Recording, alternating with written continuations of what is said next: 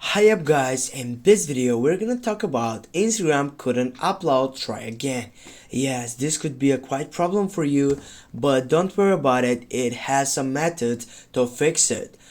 Firstly, as you go on the plus icon and you choose story side, and you need to take a look, for example, on photos, and I will go with this photo for example, and when I try to send it, it gives me a chant that says couldn't upload, try again. Now what I need to do to get resolve this problem, I need to firstly get up to this site and take a look on my internet connection, because probably this could be one of the reasons of that internet connectivity issue.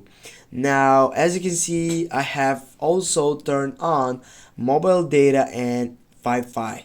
I need to turn off Wi-Fi because sometimes Wi-Fi it's a lot of poor connection which is related to that connection, and you need just to turn it off, and then you're gonna go and try it now to send it, because with your mobile data it could be a better solution.